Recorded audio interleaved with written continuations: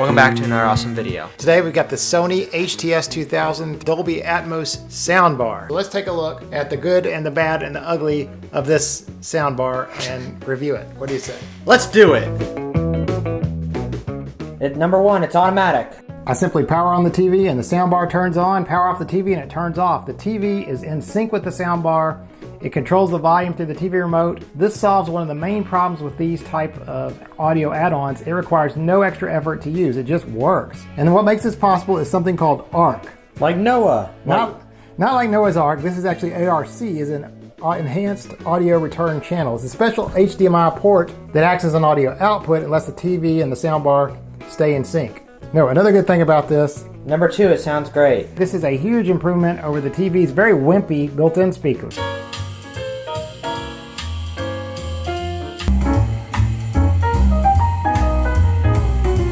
What do you think about the soundbar so far? It's pretty good. I just kind of wish it had a little bit more speakers so we could get more of that surround sound feeling. Yeah, and there is an optional subwoofer you could attach and an optional set of surround speakers that attach wirelessly, but I of course don't have those. The main soundbar has 5 built-in speakers behind the front grille plus some side-firing bass ports, and there are several available sound modes: sound field on, sound field off, night mode, and voice enhancement.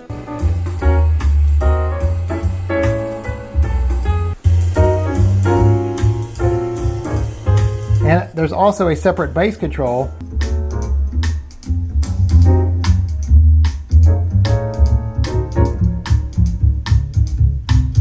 In general, I felt listening to this was very enjoyable, even at pretty high volumes. The sound easily fills my room. The vocals on the TV were clearer, don't you think? Yeah. There's a lot of extra punch in the sound effects when needed. Music also sounded pretty good. We tried some Gordon Lightfoot and his voice came through pretty good. Yeah, the voice, the guitars, the drums. It's also a Bluetooth speaker. You can connect your phone and it automatically turns on. Number three, display and controls. In addition to an included remote, there's also a group of buttons on the top to control basic functions and a phone app. The phone app is called Bravia Connect. It lets you access some additional settings you can't change elsewhere, and you can also see the current audio format being decoded.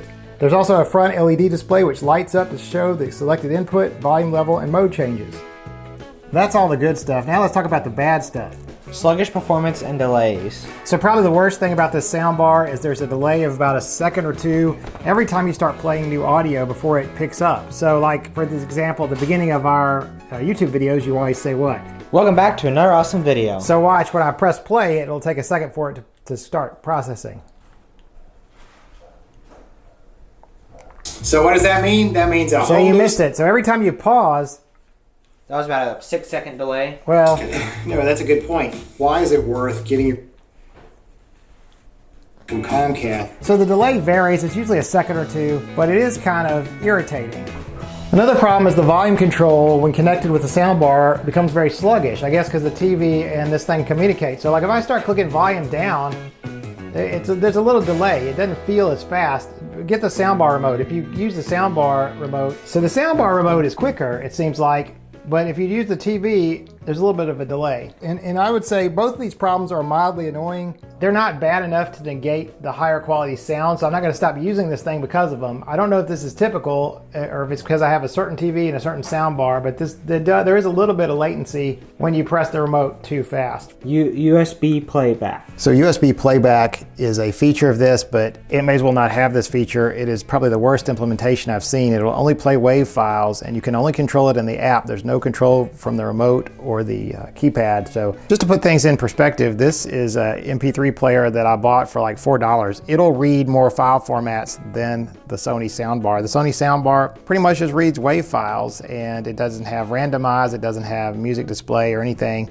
So I just wouldn't count on the USB playback feature, which is really not an issue for me since I can use Roku Media Player or lots of other ways to play music on this besides USB. Too tall for my TV. So this is a compact soundbar, and with my TCL Roku TV, I eventually mounted the TV on the wall, which eliminated this problem, but when I had this down, it would block the control lever and the infrared port. I mean, it does have an infrared repeater on the back, but if you're using it on legs with the TV, it was a problem. But again, not a big deal because I ended up mounting this on a movable mount, so it fits under it just fine now.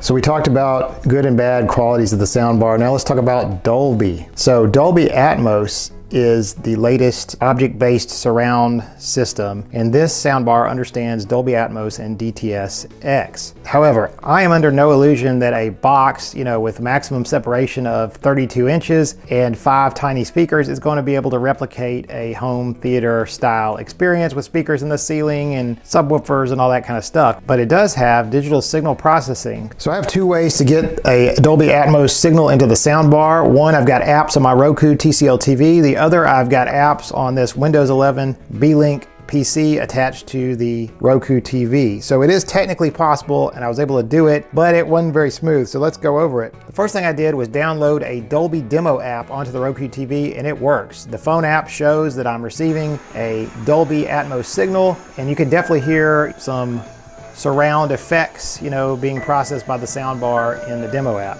Unfortunately, that demo app was the only time I ever actually received a Dolby Atmos signal from this Roku TV. Granted, I don't have Netflix. Right now, I only have like Paramount and Amazon Prime Video. But let's take a look at Paramount.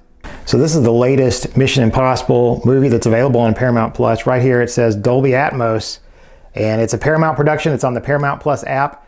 The soundbar does not get a Dolby Atmos signal from this app. It just shows Dolby 5.1. Now granted, that sounds great and is still light years ahead of the TV speakers, but it's not Dolby Atmos.